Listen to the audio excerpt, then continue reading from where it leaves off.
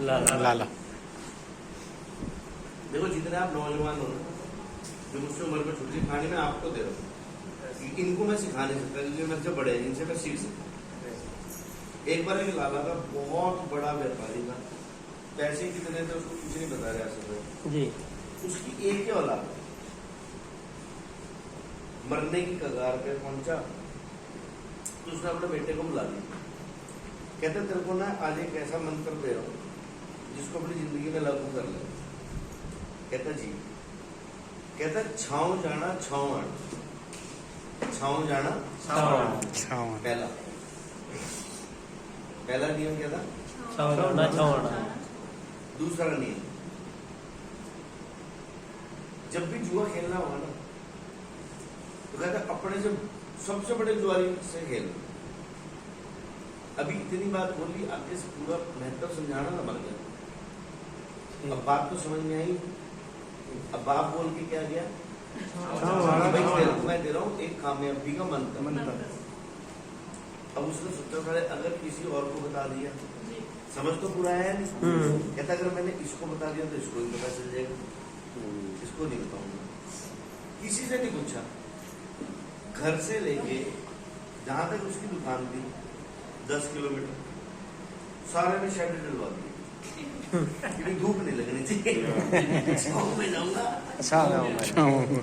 अच्छी पैक करी घर से सारे नोटों जुए खाने चला गए। सबसे पहले नीचे बैठे लोग टेबलों पर, कहता जुआ खेलना, कहता सबसे बड़े वालों को खेलना, कहता ऊपर में लेके ऊपर गया तो देखा वो सूबे पे लेकर कुर्सियों में बैठे थे प्लास्टिक जो बड़े जुआरे थे। उन्होंने बोला जुआ खेलना, कहता ही बैठा। कहता आपसे नहीं खेलना, सबसे बड़े वाले ऊपर मिलेंगे। तो ऊपर गए तो वहां दरी पे बैठे जुआ खेलना, कहता है जुआ खेलना, कहता बैठो। कहता नहीं आपसे बड़े चाहिए। ऊपर देखकर सारे टाट पे बैठे मिट्टियां लगा के। कहता जी सबसे बड़े चाहिए। कहता सबसे बड़े हम ही आ जाए। हंस गया बड़ों के चक्कर में। और पता है क्या जुआ खेला, सब बर्बाद हो गया, सब खत्म करके आ गया घर और अपने बाप की फोटो को देख के गाली दे रहा कि भगवान तेरे जैसा दुष्ट बाप की कामयाबी का फॉर्मूला दे रहा तो मेरा बेड़ा गर्क कर गया। और अभी बात कर रहा, रो रहा और गालियां दे रहा। तभी उसके बाप का एक पक्का दोस्त आ गया, मतलब आपके दोस्त रविंद्र भाई, आपके दोस्त आने के बाद उसने लगा भाई तू क्या हो गया गालियां दे रहा अपने बाप को। कहता है इसने एक मंत्र दिया, मंत्र ने मेरा बेड़ा गर्क कर दिया। उसने पूछा क्या मंत्र दिया? कहते ये कह रहे छाए जाना और छाए और जिंदगी में जुआ खेलना तो अपने से बड़े जुआरी से देख के खेलना। कहता फिर क्या किया? उसने पूरी रामायण समझे कैसे से किया। कहता तेरे को समझ ही नहीं आया, तेरे बाप ने कहा कि सूर्य उदय होने से पहले, सूरज की रोशनी से होने से पहले काम पे निकल जाना और जब तक अंधेरा होना जाए बेटे घर मत पड़ जाना। ये कामयाबी का मंत्र है।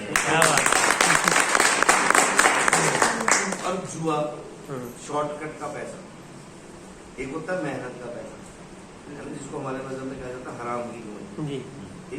तो एक शॉर्टकट, तू नीचे गया, तूने देखा छोटे जुआरी तो बैठे थे सोफे में, तू बड़े जुआरी के पास गया तो सबसे बड़े वालों के हालात तो देख लेंगे। जैसे आजकल आपके शहर में इन्वेस्टमेंट कंपनी वाले बहुत है, एक लगाओ इतने मिलेंगे, बिना करे मिलेंगे, ये मिलेंगे, ठीक है वो चल रही है। मैंने उसको बोला कि यार भाई मैं मेरा एक दोस्त है, मैंने बोला यार भाई मैं 100% करने के लिए तैयार हूँ। उसके मालिक को इंडिया बोला जी, मालिक का ही बता दीजिए। नहीं मैंने बोला उसके मालिक को इंडिया बोला, उसकी टिकट का खर्चा मैं दूंगा, उसकी चाय पानी का खर्चा मैं दूंगा, मेरे घर पे उसे बस एक बार मेरे घर बुला दे।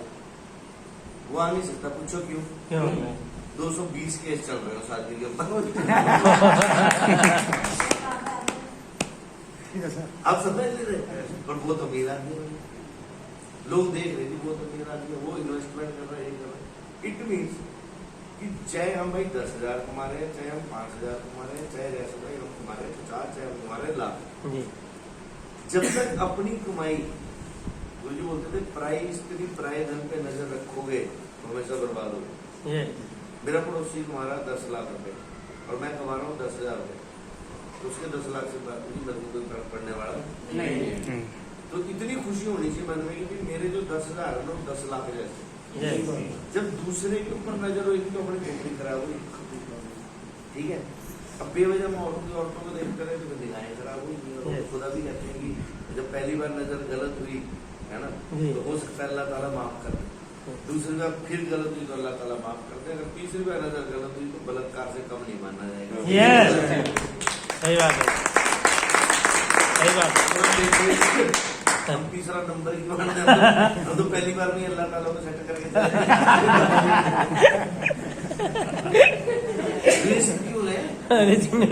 क्या होता है, अल्लाह ताला मूड गर्म हो रहा पहली बार भी बच्चे सही बात है।